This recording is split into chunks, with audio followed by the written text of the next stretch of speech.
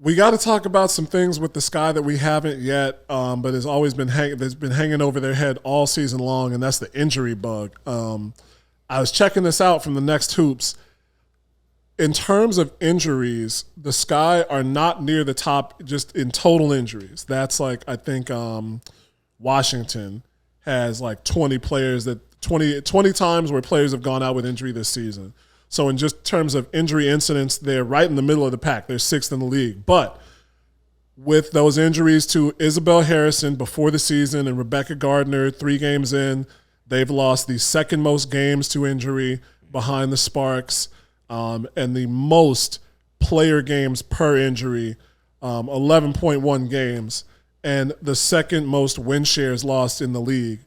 You equate that out to say if you round up to 5 games, then the Sky are 17-13, and that's like I think 4th place. Yeah, if I'm not mistaken, it might be 3rd. Like that's about where I know that's where I had them at, like their peak going into the season if everything worked out well. And okay, so that's. I know it's not the same. Say Washington lost Elena Della Dunn, which was a concern that I think a lot of people had because of her history, and they lost Shakira Austin for extended time too.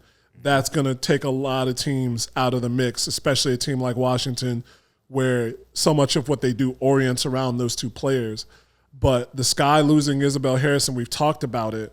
She is not only a quality option offensively in the second unit where she can get to the rim, and she's been working on a more reliable jump shot with Spargerona. Isabel Harrison was going to be their primary front court player.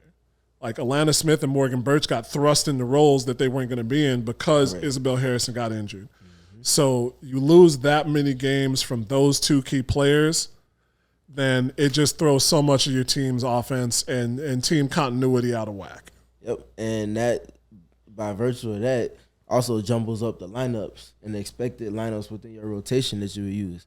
I feel like Isabel Harrison, I felt like would have been the starting 4, but she also, in addition to that, would have been the primary piece at the backup 5 spot. Yes. So now, if you put her at the 5 with Atlanta or Morgan, that's 5 out floor spacing. That's a different type of defensive scheme versatility that you can use. That's a different type of just general feel and pace you can play with. There's a different type of skill level that you have when you can put somebody like Izzy at the 5.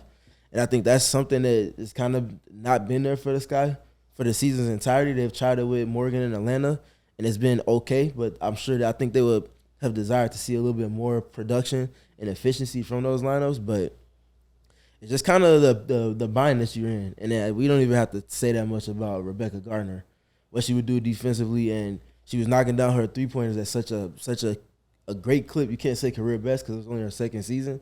So, of course, it's naturally going to be better, but she was just knocking it down so well. And then she was also doing a little bit more with the ball in her hands, initiating pick and rolls, initiating offense at times. Like, that's just a lot of impact that you're missing. And they've come up with ways to mitigate it a little bit, but it's not been sustained. And